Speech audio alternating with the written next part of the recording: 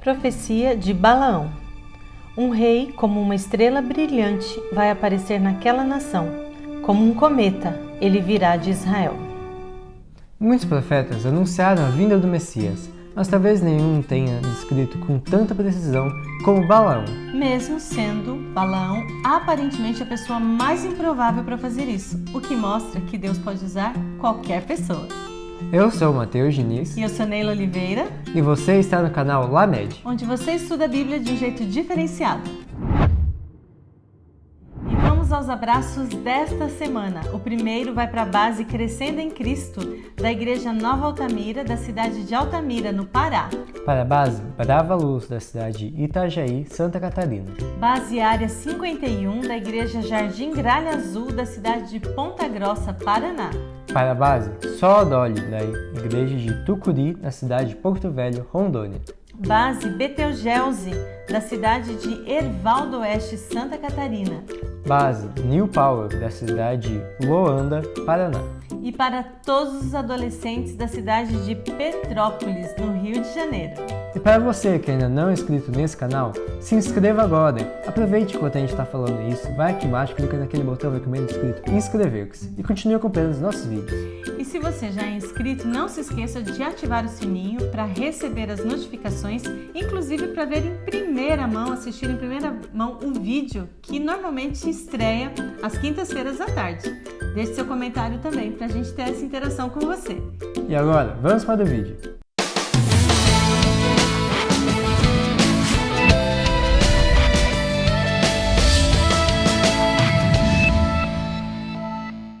Bom, a primeira coisa que nós temos que deixar claro sobre esses magos é que essa palavra no original não tem nada a ver com magia ou feitiçaria.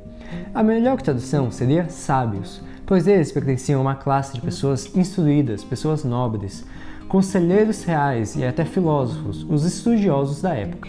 E eles, como estudiosos, pesquisavam também as coisas na natureza. E o que chamou a atenção deles? Lembra quando o anjo apareceu para os pastores e anunciou que Jesus havia nascido? Quem estava à distância viu aquele brilho depois com muitos outros anjos parecendo uma estrela. Para eles aquilo era uma novidade, era como se tivesse surgido uma nova estrela no céu. Isso os levou a pesquisar as escrituras hebraicas e foi ali que eles descobriram que o que estava sendo na verdade mostrado ali no céu tinha a ver com a profecia que Balaão havia feito muitos séculos antes. Para eles, ficou muito claro que aquela estrela tinha algo de especial, mas além disso, Deus ainda os instruiu por meio de sonhos a seguirem aquela estrela no céu, porque assim eles chegariam no lugar de nascimento do príncipe recém-nascido.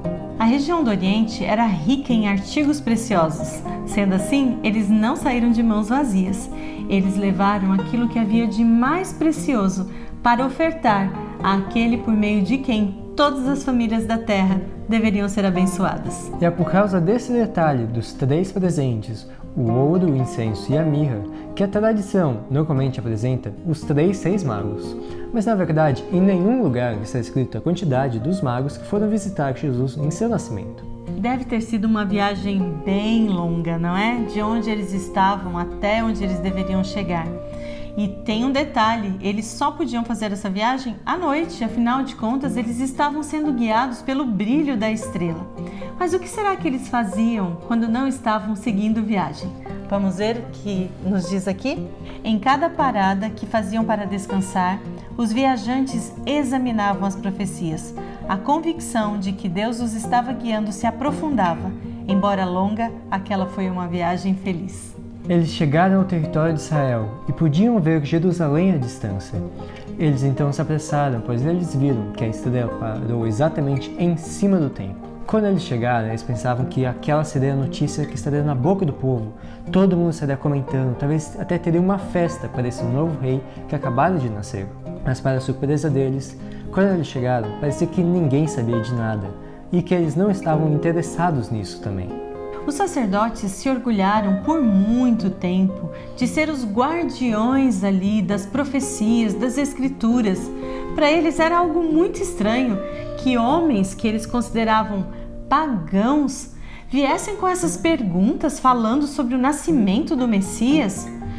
Apesar deles não serem idólatras, os magos foram considerados como pessoas indignas de trazer uma notícia como essa. Essa notícia logo chegou aos ouvidos de Herodes, que não gostou nada disso. Herodes, por não ser judeu, tinha chegado àquele posto por imposição romana, e o povo não gostava dele.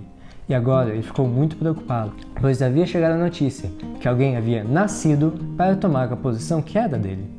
Herodes ficou muito preocupado com essa informação. Afinal de contas, um judeu teria nascido para se tornar rei. É claro que isso colocaria em risco o governo dele.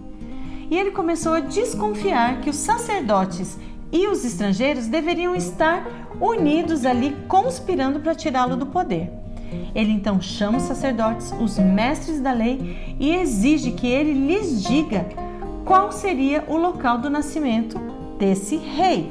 Os sacerdotes a essa altura já estavam muito contrariados. Primeiro, aqueles estrangeiros que chegam fazendo perguntas que eles achavam que diziam respeito apenas ao povo deles. Agora, um governante não judeu questionando e querendo saber do nascimento do Messias. Eles então responderam com todo desprezo. A profecia falava que o rei nasceria em Belém. Quando Herodes ouve aquilo, ele começa a perceber e pensa: eu vou ser mais esperto do que eles e vou desmontar esse esquema. E Herodes então convidou esses magos para uma reunião particular. Ele então começou a sondar as coisas, saber um pouco mais sobre quando essa estrela apareceu e tudo mais. Na verdade, ele estava com muita raiva e medo dentro de si, mas ele estava fingindo interesse e disse para os sábios: vão a Belém e procurem o menino com atenção, disse ele. Quando o encontrarem, voltem e digam-me para que eu também vá adorá-lo. Os magos então ficaram felizes e saíram, achando que finalmente haviam acordado, haviam despertado para aquela notícia tão importante, a melhor notícia que o mundo poderia receber. Mas para os sacerdotes, para o povo judeu, aquela era mais uma oportunidade que estava sendo perdida. Os pastores já haviam anunciado e muitos souberam da notícia maravilhosa que eles haviam trazido. Depois, Simeão e Ana no templo com a dedicação do menino Jesus. Agora, os estrangeiros vinham com uma notícia dessa. O próprio Herodes havia obrigado que eles pesquisassem e encontrassem ali o que revelaria realmente o tempo e também o lugar de nascimento do Messias.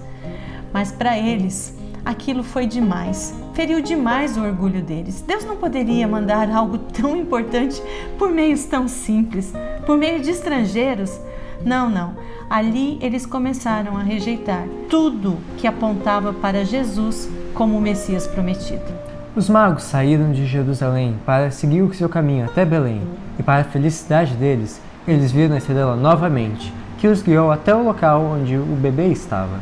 Eles esperavam que na cidade haveria muitos guardas, muitos soldados protegendo esse novo rei. Mas para a surpresa deles, eles não encontraram nada disso. Mas imagine a felicidade deles ao encontrar esse novo rei depois de quase 2 anos de viagem, esperando ele. Em uma casa simples, os magos encontraram José, Maria e o bebê. A primeira reação deles foi se prostrar e adorar o bebê.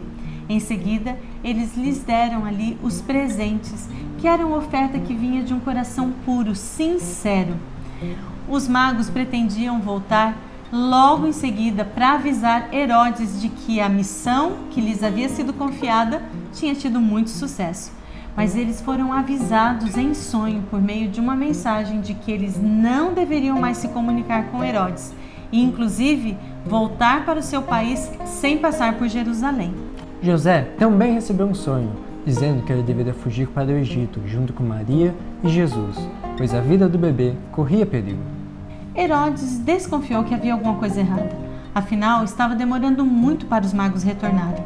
Então ele mandou soldados até Belém e mandou então que eles matassem todas as crianças de 2 anos para baixo, para que não tivesse chance de que aquela criança que havia nascido para ser o rei dos judeus sobrevivesse. E aqui se cumpriu mais uma profecia, uma triste profecia na verdade, de Jeremias, em que ele anunciou que haveria esse momento triste na história de Israel. Infelizmente, Essa situação dramática era uma consequência da própria atitude de Israel ao rejeitar o Espírito Santo, que poderia ter servido de proteção a eles naquele momento. Por trás de tudo isso estava Satanás, usando pessoas para tentar destruir aquele que tinha nascido para salvar a humanidade. José, depois de algum tempo, recebeu um outro sonho, dizendo que era seguro voltar, pois Herodes já tinha morrido. Ele, porém, ficou com medo, pois achou que o filho de Herodes era quem estava governando. Então, ele foi para a Galileia, numa cidade chamada Nazaré, e assim se cumpriu uma outra profecia, dizendo que o Cristo seria chamado Nazareno. Nazaré era a cidade de José e Maria. Ali, numa cidade pequena, Jesus estaria livre de muitas influências negativas e também teria sua vida preservada. Toda e qualquer bênção que Deus nos concede, seja ela conhecimento, bens ou dinheiro, deve ser usado para abençoar os outros. O povo de Israel, por meio dos judeus, havia recebido um grande privilégio. Eles tinham conhecimento sobre a vinda do Messias e sabiam o que isso representava. Deus havia lhes concedido todas as condições e oportunidades para serem uma bênção para o mundo por meio desse conhecimento. No entanto, eles ignoraram essa bênção e acabaram atrapalhando ao invés de ajudar. Mas nem por isso os planos de Deus deixaram de se cumprir. Na verdade, os planos de Deus sempre se cumprem, independentemente do ser humano. O que nos resta é aproveitar a oportunidade e o privilégio que é fazer parte desses planos. Os magos não entenderam por que os habitantes de Jerusalém e de Belém ficaram tão indiferentes à notícia do nascimento do Messias. Em parte, o comportamento dessas pessoas foi estranho porque as coisas não saíram como elas imaginavam. Anjos anunciando as boas novas por meio de simples pastores de ovelhas, agora estrangeiros supostamente guiados por uma estrela perguntando a respeito do local do nascimento do Messias. Isso não fazia sentido para elas. Eles se sentiram ofendidos e feridos em seu orgulho. Não achavam que Deus se manifestaria dessa forma e, por isso, começaram a rejeitar tudo que apontava para Jesus como Salvador da humanidade. Será que podemos estar correndo o mesmo risco? Será que podemos estar nos sentindo tão seguros que temos deixado de prestar atenção aos detalhes que apontam para a segunda vinda de Jesus? As histórias do passado trazem importantes lições para nós hoje. Sábias são as pessoas que entendem a urgência do tempo em que estamos vivendo e se preparam, lendo a Bíblia, orando e buscando discernimento para não deixar passar a oportunidade de encontrar-se com Jesus.